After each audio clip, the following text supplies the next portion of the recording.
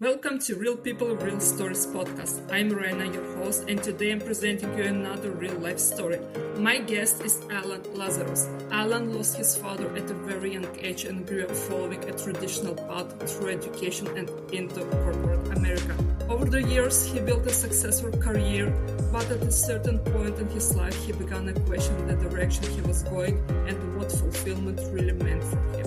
In this episode, we talk about his life journey, the choices that shaped him, and how questioning the path you're on can lead to a different way of living. Hello, Alan. Thank you for having me. First and foremost, I consider it an honor. I do not take it lightly. I believe that what people pay attention to is the most important asset that we have. So thank you again. I will not waste a second of anyone's time. And you mentioned in the pre-chat before we hit record, you said what this was about, which was about life lessons and stories about real people in the real world. So I respect that. I'm excited and I appreciate it. Thank you, Alan. And it's very nice to have you on podcast. And I really appreciate your willingness to share your personal story with me and with the audience. Well, let's begin. It was mentioned that you lost your father at a very young age. What was your childhood like growing up without your father? Yeah. So my birth father, John McCorkle, you and I talked a little bit about my last name is a Greek last name, and I know we're audio only, so you can't see me, but I'm blonde hair, blue-eyed, and people that are Greek usually look at me and they go, Lazarus? That doesn't really make any sense. So I had a stepfather named Steve Lazarus. I took his last name, I think, around age 7, but my birth father was John McCorkle, born and raised in Massachusetts. It was a big Irish Catholic family. It was Jim, Joe, John, Jane, Joan, Jeanette, 6 kids, all J, and John was my dad. And my dad in 1991, fortunately, so I was born in 1988 in Massachusetts. In 1991, my birth father, John, died in a car very suddenly, very tragically. He had me and my sister. So I had an older sister who was 6. I had a mom who was 31 at the time, young stay-at-home mom. And that was sort of the start of my life. So what was my childhood like growing up without a father? So I had a stepfather from age 3 to 14. So from 1992 to the early 2000s, I had a man named Steve Lazarus that we lived with. And he and I were never super close. But then he left my family at 14, took his entire extended family with him, actually. And to this day, I've never seen or spoken to a single one of them since, except I did talk to him a little bit on Facebook Messenger in my 20s and then a little bit more in my 30s. But I've never seen the man since. And the other piece of this too that I realize only in hindsight is 14 was the hardest year of my life. When I was 14, I was a freshman in high school. I'd just going into high school, coming out of middle school. And my stepdad left, took his entire extended family with him. He also took 95% of the income with him. So he worked for a company called AGFA in the 90s. AGFA, they did hospital computers during the .com era. So we did very well. And in the 90s in the US, a lot of people did very well. And so there was a lot of abundance. So we had boats and ski trips and we had Ducati motorcycle. My mom drove a BMW and we had snowmobiles and we grew up on a lake. We had a yacht, actually. When he left, he got the yacht in the apartment building. We got the house and the dog. And it went from boats and ski trips, box Dreamcast, early Christmas presents to I don't know if I'm going to be able to go to school because we can't afford it, college.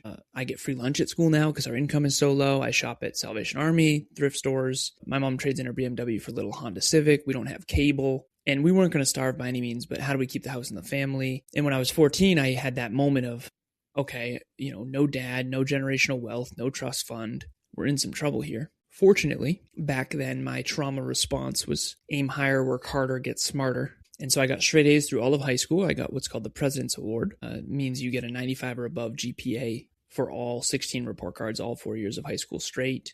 Very competitive class I was in. Graduated top of my class. I actually have it behind me, signed by George W. Bush. But the point of this is there was something in Massachusetts back then called No Child Left Behind. And what that meant is everybody should have the opportunity to go to the best schools if they are smart enough. And so I got scholarships and financial aid to be able to go to what's called Worcester Polytechnic Institute, WPI. And it was like a mini MIT in Massachusetts. And it was $50,000 a year back then.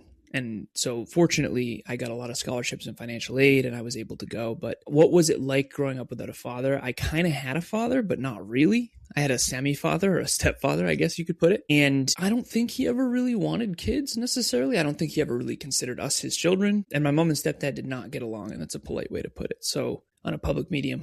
But when he left, I was kind of the man of the house, for lack of better phrasing. from a very, very young age. Thank you for sharing this part of your story. That's quite a journey for a young boy. And to have stepfather or stepmother, it's not always easy. So that you overcame it in a way that you dive in the studies, that's remarkable. Would you like to share about the university? You told you had the financial aid due to the exceptional good grades. How did you choose, or program has assigned you that you can go only to this university and study only this, or you had choice to choose what to study and where? Yeah, so actually I got a free ride to UMass Amherst. It's a big college in Massachusetts. I did so well academically that I actually got a free ride to a lot of schools, and a free ride just means basically free tuition because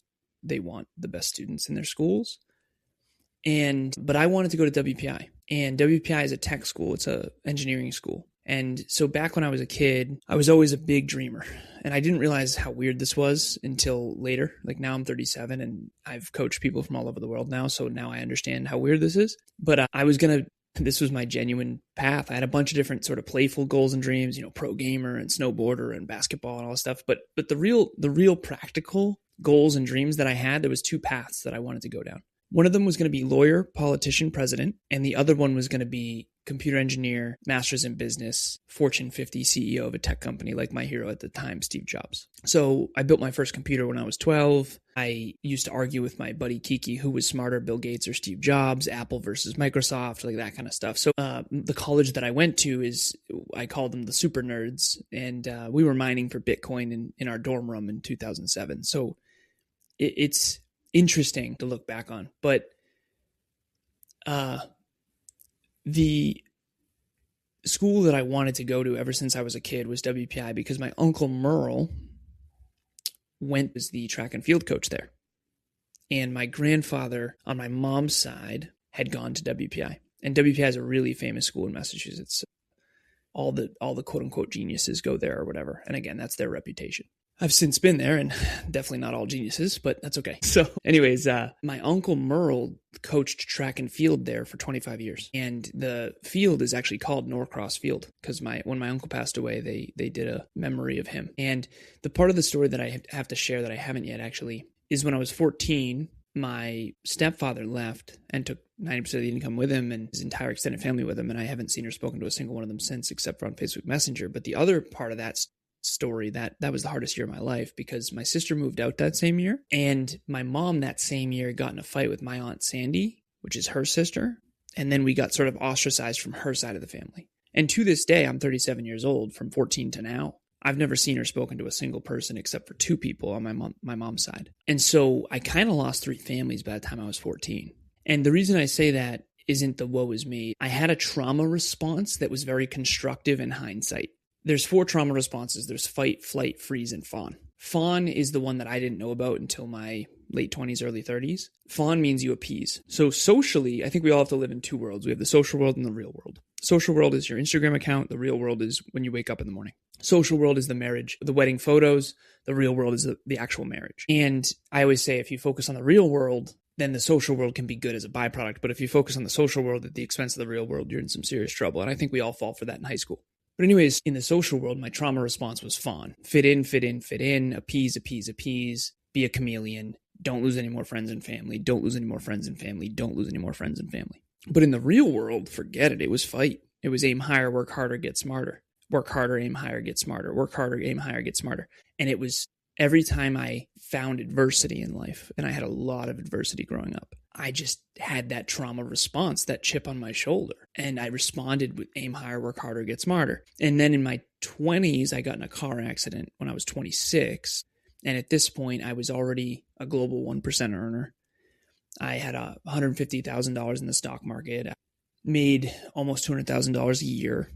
And I was very quote unquote successful. So I did the traditional path. I did preschool, kindergarten, elementary school, middle school, high school, college, corporate. That was the traditional American path, American dream. And I achieved quote unquote the American dream. I was an outside sales engineer for a company called Cognex. I worked at a bunch of different tech companies in my sort of corporate career. I was sort of young up and comer. I was 26 and I got in a head-on collision, my fault, Dark winter night in 2015, I was supposed to yield and I didn't. And I head-on collided with a lift-kitted pickup truck that went up and over my car, and both cars were completely totaled. Fortunately, no one was killed, because it would have been my fault. I was on the wrong side of the road. But my dad died in a car when he was 28, if you recall. So for me, this was the quarter-life existential crisis. This was the wake-up call. This was the mortality moment. This was the second chance my dad never got. And that was when I started my own company. So that's when I quit corporate. I started a company, what you'll never learn in school, but desperately need to know. That was when I found personal development, self-improvement, and personal growth. And up to that point, I was a straight A student. So I graduated with high distinction, computer engineering from one of the top tech schools in the world. And I had my master's in business. And I just wondered why I didn't learn about goal setting, why I didn't learn about habits and metrics, why I didn't learn about courage, humility, and vulnerability, why I didn't learn about personal growth, self-improvement, and personal development. And so I was like, you know what? I want to go on a mission and I want to build a company that teaches people, inspires, motivates, and educates people on how to live their best life. And I realize now in hindsight, so now we have Next Level University and a 23-person team, and I coach 26 business owners, and we produce 86 podcasts. Now I realize I'm achieving that dream for sure, but it's different than I thought. I used to think personal development was awesome, and I still do, but I think most people, I always tell this to my business partner, Kevin, we are trying to sell kale outside of a candy store. Do not get it twisted. And personal development is not sexy. But really, to answer your original question, that was kind of the beginning of where I am now and the upbringing piece. I got to go to WPI, but I had options for other schools. And I always wanted to go to WPI because my Uncle Merle, WPI was just a big deal. It still is. It's a big deal around where. So it's better than Harvard? Depends. For engineers, yes, definitely. For engineering, yes. One of the best engineering schools in the world. So it's like WPI, MIT, RPI, RIT. Those are like the most famous schools for technology and engineering. Okay, Harvard not for engineering, but what about MTI? And MIT, my guidance counselor, I now realize how bad this was. I'm so mad. I was a straight A student, right? And I never got anything less than an A in math. I call it STEMBIF, science, technology, engineering, mathematics, business, and finance. And those are my jam. Love them. And I went to my guidance counselor. He's like, you shouldn't apply to MIT. You might not get in.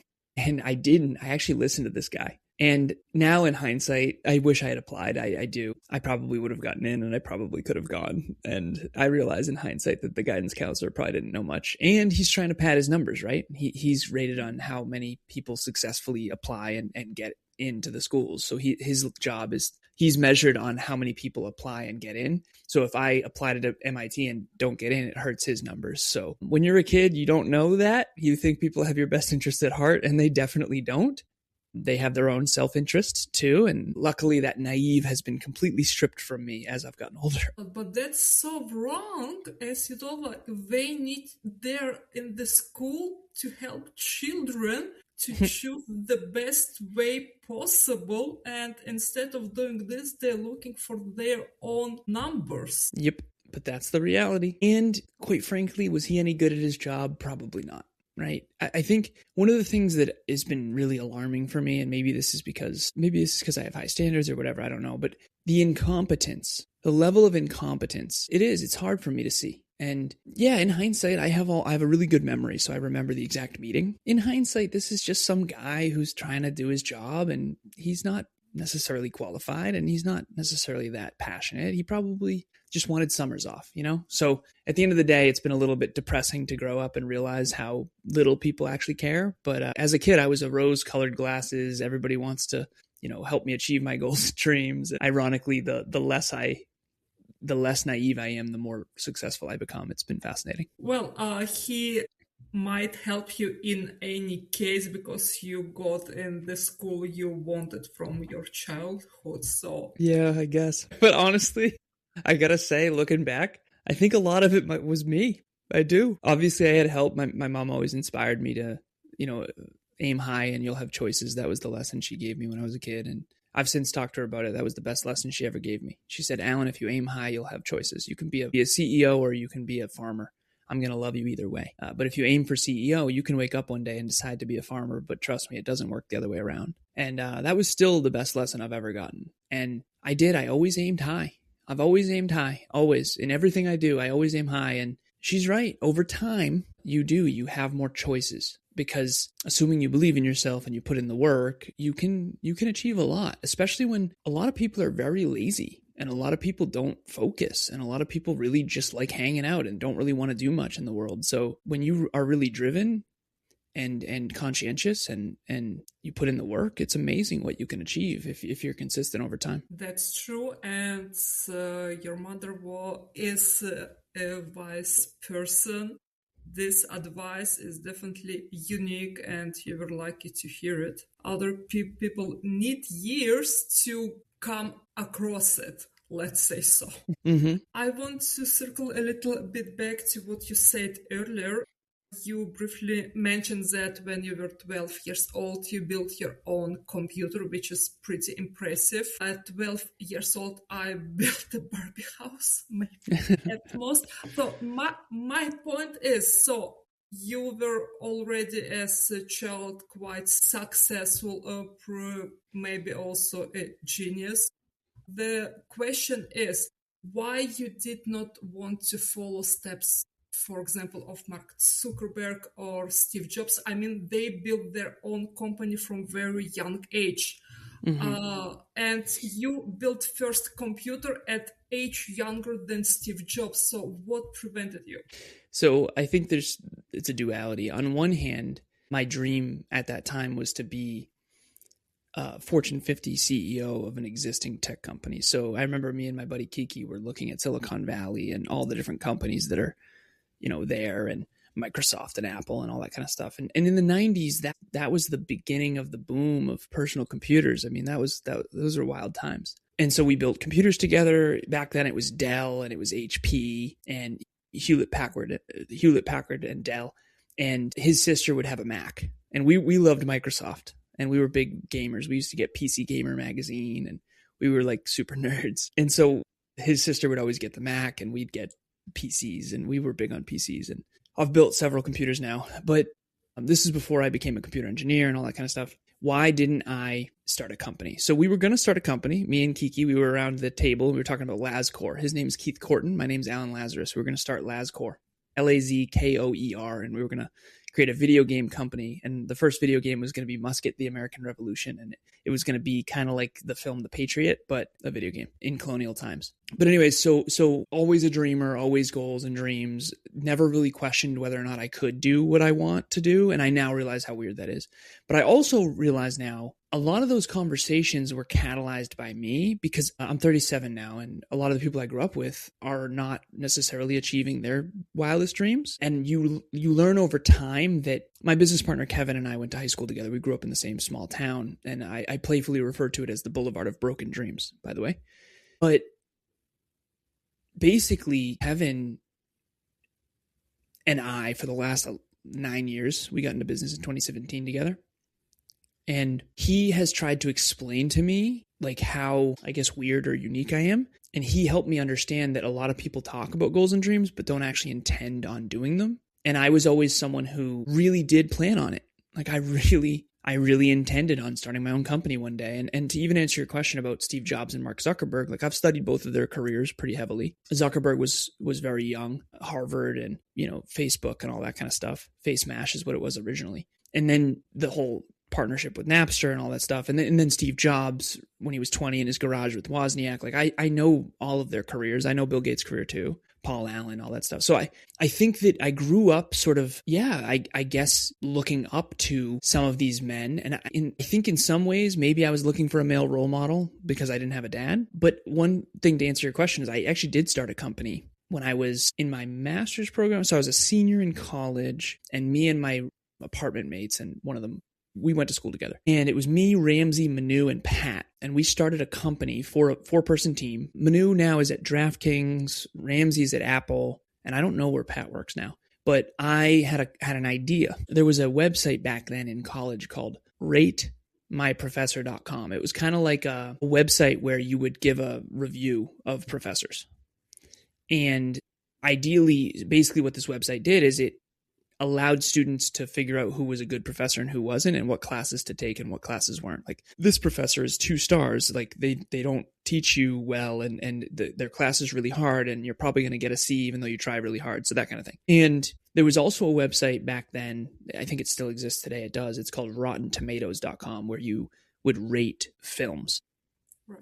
And if you go to rottentomatoes.com, there's both a sort of critic rating and a user rating. And if a movie does well, if it's a good movie and it has an 80% rating, for example, that means that 4 out of every 5 people liked it, and it's not rotten. And if it's 60% or lower, it's a rotten. And so I had an idea. I remember I was working as an intern at a company called iRobot. It's a robotics company in Bedford, Massachusetts. They do the Roomba. So if you've ever heard of the Roomba, the vacuum cleaner, yeah. the robotic vacuum cleaner, I actually was on the global product management team that did the Roomba. And so anyways, I was at iRobot, and I went and I took my buddy Manu out to lunch one day, and because he worked at a company nearby, and I had a whole slide deck printed out, and I pitched an idea, and it was going to be rottenlandlords.com. And it was going to be a love child between ratemyprofessor.com and Rotten Tomatoes. And it was going to be holding landlords accountable on college campuses. I was going to start with colleges and then branch outward, where basically before you get an apartment around these colleges, you could go to this website and see how the landlord treats their people, their tenants, so that you can pick more accurately, right? Power to the people. And so he was like, yeah, I'm in, let's do it. We set up a meeting with Pat and Ramsey. And then Pat pitched an idea called campuslibre.com. And he had something called textbooks, freetextbooks.com or something like that at the time. And he wanted to be a campus specific Craigslist for textbooks. And so we ended up doing that. We started Campus Libre. We were in the newspaper. We had a little bit of hype on campus. I was the chief marketing officer. He was the CEO. And then Ramsey was the CTO. And I forget what Manu was. But we had a 4-person team. We actually had we had like a pretty good success right out of the gate with users. And I would go around campus and I would write campuslibre.com on the whiteboards so people would like check it out. And I would host these events on campus and all kinds of stuff. And we actually did very well very quickly. Unfortunately, Pat and I had a big falling out. He and I had a Google Meet meeting, and it was like 4 hours long, and I had poured my heart and soul into this company. And he basically said, so I wanted to take the company from the East Coast to the West Coast and then bridge in between. At the time, I think there was 20,000 college students in the U.S. at that time. Or I'm sorry, million college students at that time. And that's grown since, by the way. But there was a big market, a big opportunity. And so our biggest competitor at the time was a company called ULoop, big ULOOP.com. I don't know if ULoop is still around, but we were going to start with textbooks, and then we were going to do sofas and Xboxes. College students are moving all the time. They're moving every year, and they're buying stuff so it's like a college specific Craigslist type of thing. And we did very well. I got technically fired or kicked off, I guess you could call it. And I cried, and Pat and I falling out, and then they went out of business. I don't know what happened with it, to be honest with you. I think they just stopped doing it. And I didn't. So I went into corporate. I got out of dad. I actually was out in LA for a time. I actually had an interview at SpaceX that I ended up canceling. I had to come home. My mom and sister were in some financial challenges. And then I just went to Oz Development and Sensata Technologies and all these other companies. And eventually I worked my way up. I paid off all my college debt. And then I got in the car accident. And then I started my technically second company that I mentioned. And so it's a long story to tell, but I kind of did, in a way, start my own tech company when I was young. And we actually won some business competitions and all kinds of cool stuff. Steve Jobs, Mark Zuckerberg, Bill Gates, like these entrepreneurs, Elon, whatever, right? I actually don't, as I've grown older and older and older, I'll just be transparent.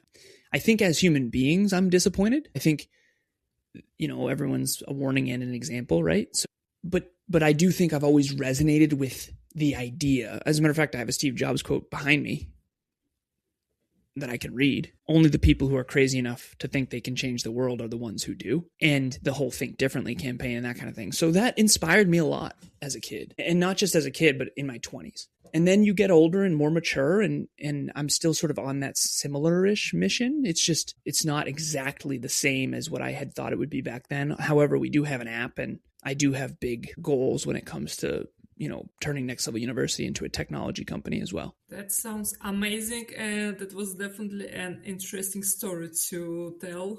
Thank you for this. I have one small question because I'm really, really curious. Now, from young age, you focused on technology, on the computers, and you went into this. You're quite successful. And then earlier in the conversation, you mentioned that your stepfather, he worked also for a tech company. Can it be that his work somehow influenced you in the young age? Although you were not close, I do understand, but because you lived under one roof and he was officially your stepfather, can it be or not? What do you think? Yeah, I think so.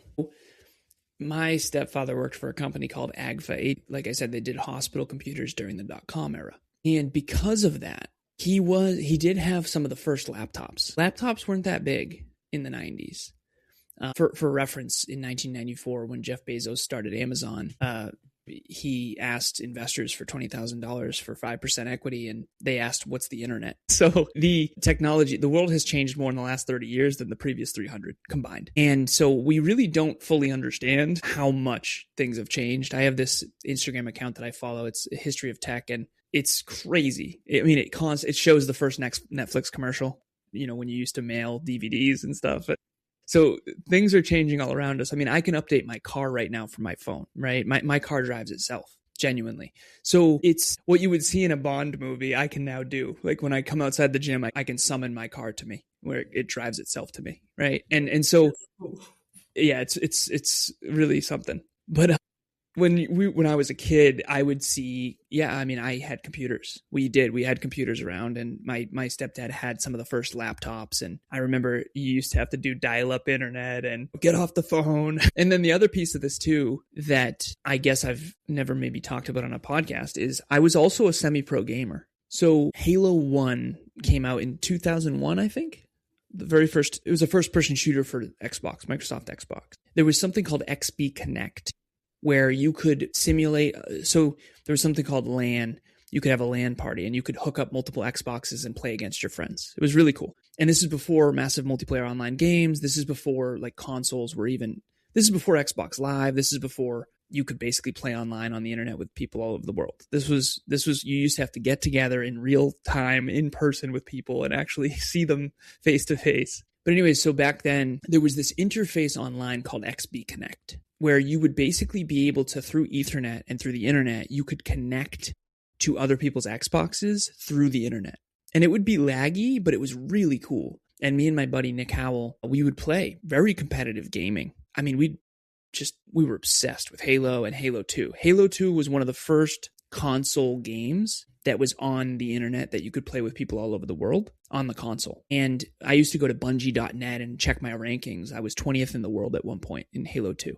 And this is one of the most famous games in the history of all games. So 20th in the world was a big deal. And I used to play with some of the best people in the world. And I used to go to tournaments, and I would win these tournaments. And I'd win hundreds of dollars as a kid at these tournaments. And so my point is, tech was always around me, and I always loved tech. I got PC Gamer magazine. You don't really realize until you're older how weird some of that stuff is. My neighbor, Mark, his parents always built computers, and they had tech around them. And I don't know, I can't tell if I attracted it or it attracted me, or I just grew up in an environment with a lot of tech. It certainly wasn't a tech hub. It's not like I grew up in Boston or Silicon Valley or anything like that. But I would say that I've always been drawn to it. So I always sought it out, and I would play Age of Empires and all these different games. And I would always bug my stepdad to fix the computer when it was broken so that I could play. And gaming was Diablo 2, StarCraft 2. There was all these games that I think I was kind of at the beginning of the explosion of esports. I know that I was, actually. And esports is now a global thing. It's a huge $1 billion industry. But at the time, it started out with Halo 2, Diablo 2, StarCraft 2. And these are very competitive games now where people stream online for millions of dollars. And I actually have some people there's a guy named Ogre 2 who's going to go down in history as the best console gamer in history. I used to play with him, not regularly. I played with him a few times, but I definitely played with a lot of people he played with. As a matter of fact, someone on his team was on my team at one point. And so it's just, you don't really realize how close you were to the epicenter of these big global movements.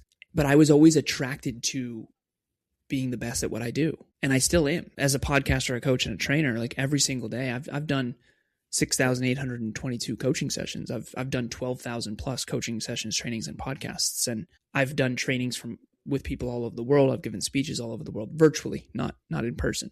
And I'm doing that right now on a podcast too. So at the end of the day, was it me consciously choosing all of this, or was it me being naturally drawn to stuff like this and trying to figure out who I am along the way? I think it's probably both. That's a very good answer. Before we finish, what's the one thing you'd like listeners to take away from today's conversation? Yeah, I think it comes down to the only wrong answer is to not analyze your story, because there are patterns.